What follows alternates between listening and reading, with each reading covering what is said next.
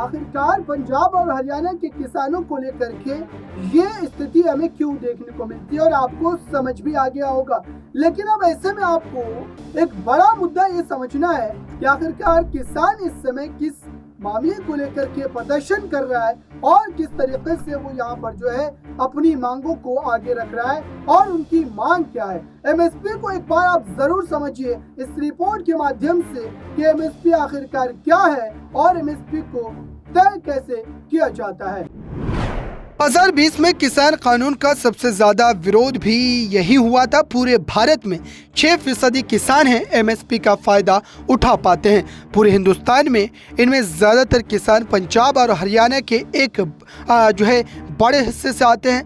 बात जो मैं आपको बताना चाह रहा हूँ, एमएसपी पर हंगामा बाकी किसान इसलिए नहीं कर रहे हैं क्योंकि एमएसपी का फायदा पूरे हिंदुस्तान का सिर्फ 6% किसान उठाता है। और इस पूरे मामले को लेकर जो स्थिति पनपी है वो दरअसल कई सवाल को भी उठाती है। हरियाणा को लेकर के और पंजाब को लेकर के ये बातें कही जाती है क्योंकि इस पूरे मुद्दे पर सबसे ज़्यादा पंजाब हरियाणा का जो मामला है वो 97% धान को सरकार खरीद लेते हैं। मतलब 97% धान एमएसपी पर खरीद लिया जाता है। इससे पंजाब के किसानों को बहुत लाभ होता है। लेकिन उसके बावजूद भी ये स्थिति साफ तौर पर दर्शा रही है कि कहीं ना कहीं मामला गंभीर है। करीब 80% गेहूं सरकार एमएसपी पर खरीद लेती है। वहाँ गेहूं भी बिक गया, धान भी बिक गया। बिहार में 1% से कम धान और गेहूं एमएसपी पर बिकता है और अब यह फर्क वहाँ 97% या 1% से कम है। उत्तर प्रदेश में यह आंकड़ा सिर्फ 7% और वहाँ 97 और 80%। यह वजह है क्योंकि पंजाब और हरियाणा का किसान सड़कों पर प्रदर्शन कर रहा है और हंगामा कर रहा है, जबकि सबसे ज़्यादा एमएसपी पर सरकार वही का धान खरीदती है। तो आपने देखा दर्शकों, इस पूरे मामले को लेकर के अब स्थिति ये नौबत आ चुकी है कि किसान पूरी तरीके से उग्र हो चुका है और इसको लेकर के साफ तौर पर स्थिति जो है वो और ज्यादा बदलती हुई नजर आ रही है। अब ऐसे में एक सवाल और पैदा होता है कि आखिरकार किन किन फसलों को लेकर के सरकार ने अब तक एमएसपी की जो नियमित सीमा है वो तय कर रखी है और किन किन फसलों पर एमएसपी जो है वो दी जाती है वो सुनिश्चित पहले से ही हो रखा है। आइए आपको बताते हैं बारी बारी से इस रिपोर्ट में कि किन किन फसलों पर एमएसपी जो है वो तय की जा चुकी है। अब देखिए जरा कौन कौन सी फसलों पर एमएसपी है। देश में 23 फसलों पर एमएसपी है। 23 कौन कौन सी फसलें हैं बहुत कम लोग जानते हैं। आइए आपको बताते हैं और आपके लिए जानना ज़रूरी है कौन कौन सी फसल है जिस पर एमएसपी है।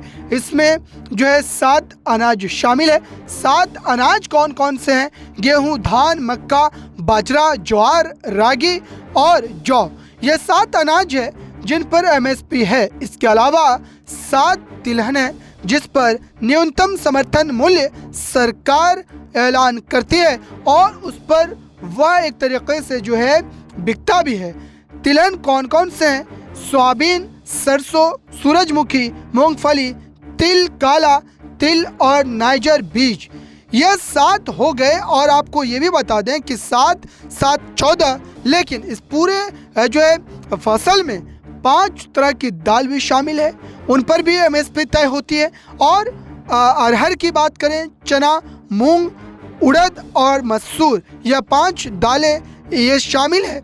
और इसके बाद देखिए इसके अलावा 4 और फसल है जिस पर एमएसपी तय होती है।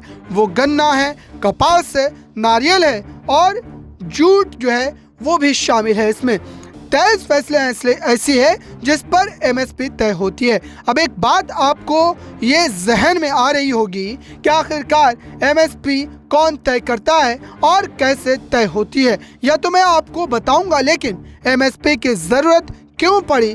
देश में कहीं ज़्यादा में आप कह सकते हैं कि कोई चीज़ ना खरीद ली जाए जो एसेंशियल कमोडिटी की है और कहीं कम में नहीं। इस पूरे मामले को लेकर के ही एमएसपी की ज़रूरत जो है वो आन पड़ी थी। आपको ये बता दूं कि इसलिए एक समर्थन जो मूल्य है वो तय किया गया। एमएसपी का निर्धारण हुआ कि किसानों को नुकसान न हो। अब देखिए एमएसपी तय कैसे होती है। एमएसपी तय करने का तरीका क्या है। एमएसपी का मतलब है न्यूनतम सपोर्ट प्राइस, यानी कि न्यूनतम समर्थन मूल्य।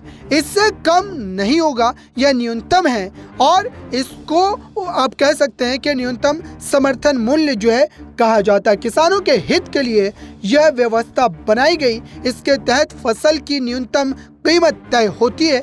कैसे तय होती है यह मैं आपको बताऊंगा। बाजार में फसलों के दाम कम भी अगर हो जाएं तब भी सरकार इसी रेट में फसल खरीदती है। तरीका क्या है? स्वामीनाथन का बार बार आपने नाम सुना होगा। स्वामीनाथन कमीशन के बारे में लगातार जो है इस सिफारिशों को लागू करने की बात किसान उठा भी रहे हैं।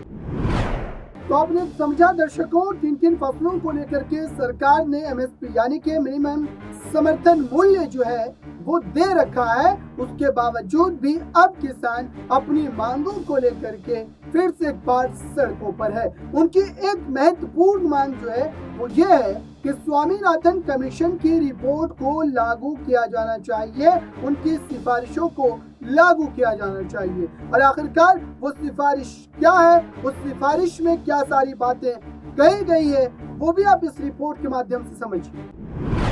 वैज्ञानिक स्वामीनाथन जिनको भारत रत्न दिया गया, तो स्वामीनाथन साहब के नेतृत्व में कमीशन आयोग बना और आयोग ने एमएसपी का एक फॉर्मूला तय किया कि आखिर किसानों की फसलों का न्यूनतम समर्थन मूल्य कैसे तय किया जाए, इसके लिए क्या क्या किया जाए और इसे C2 + C2 का 50% आप कह सकते हैं कि जोड़ करके निकाला जाता है। कैसे? अब यह C2 क्या है? आप सोच रहे होंगे कि C2 का मतलब है कॉस्ट, यानी फसल पर कुल खर्च कितना आया। कुल खर्च में क्या क्या है यह मैं आपको बताने जा रहा हूँ। फसल खर्च निकालने का भी एक तरीका है। इसे A2 + AL को जोड़कर निकाल सकते हैं।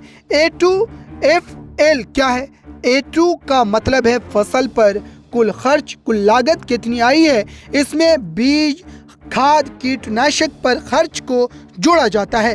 किसान ने अपनी फसल उगाने के लिए बीज और उस पर जो कीटनाशक की दवाइयाँ इस्तेमाल की गई है उसका कुल खर्च कितना आता है, उसको एक साथ जोड़कर सबके दाम को आप जोड़ लीजिए और फिर उसके बाद उस पर 50% अतिरिक्त राशि जो है जोड़ दी जाए, जिसको लेकर के स्वामीनाथन कमीशन ने अपने सिफारिश में कहा था कि किसानों की मेहनताना, किसानों की बीज की रकम और किसान जो कीटनाशक का इस्तेमाल करते हैं उन तमाम कीमतों को जोड़ने के बाद उस पर 50% अतिरिक्त उन्हें जो है पैसा दिया जाए और फिर उस माध्यम से एमएसपी का जो फॉर्मूला है वो तय किया गया था।